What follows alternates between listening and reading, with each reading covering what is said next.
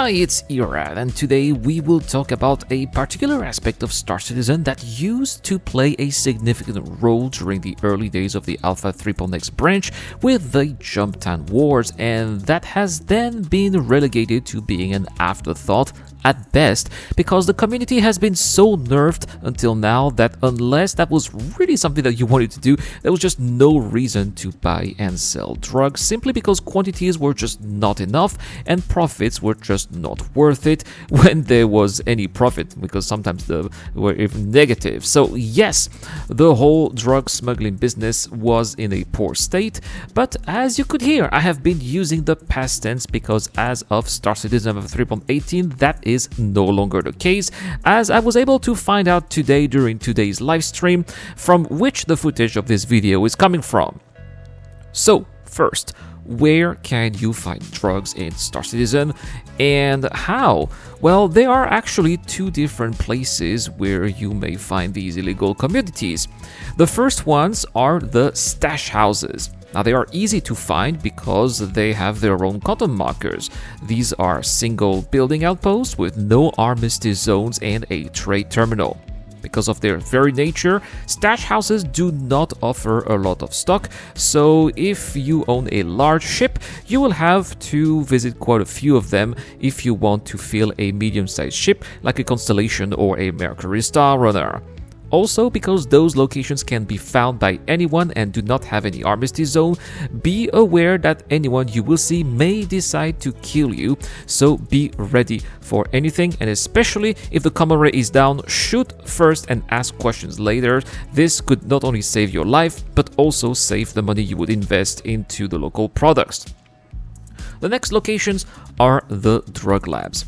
Now, they are a little trickier to find because they do not have any direct contact marker, meaning that you will have to fly a few hundred kilometers from the closest contact point. In addition, because there isn't a direct marker, you will not be able to find their locations on the map nor via the quantum interface. The only way you will ever have to have a location marker will be via some of the personal missions that would eventually take you there. Of course, you can always memorize the location's coordinates with the ship's compass, the old-fashioned way, with a pen and a piece of paper.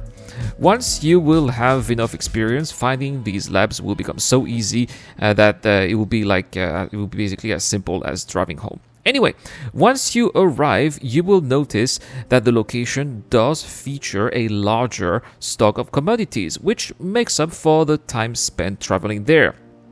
It is also more likely to feature weapon crates, which could carry some toys that you might use against anyone who attempts disturbing your activities.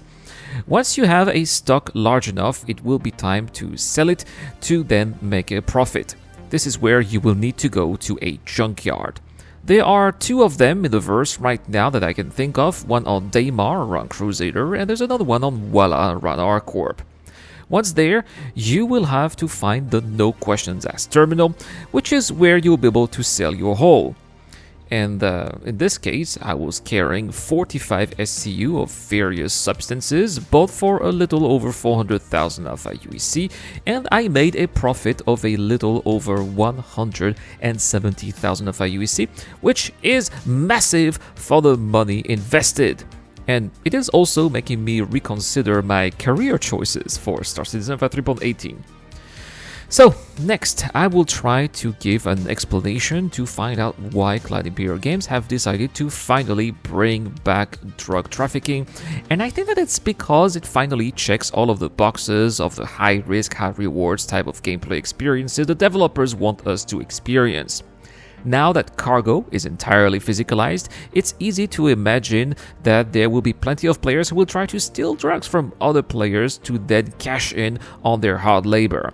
Vice versa, the large profits that we can make here, with these large profits, we can imagine that we'll be able to hire a crew or even escorts to then be able to protect the lucrative trading operations that players will eventually set up once the word spreads out. Anyway, guys, that is all that there is to say about the return of drug trafficking in Star Citizen, but let me know in the comment section down below. Are you going to try to smuggle some of those illegal commodities in 3.18? Were you aware that 3.18 offers such opportunities, and what ship would you use for such a trade route? Well, let me know in the comment section down below, and don't forget to subscribe to be in a chance to win a Centurion, which is an anti-air vehicle that will prove most useful for defending such operations. Also, feel free to join our Discord channel, where we have another giveaway there via our video sharing contest. It's a Freelancer Mac. It's actually the Freelancer Max that you saw in today's video.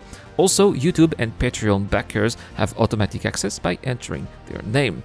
Thank you so much for watching, guys. Thank you so much to Dr. Farbin, Zio Crusher, Wolfpug, and our newest gold member, Deplorable Infidel. It's been the Eradicator. I'll see you guys later.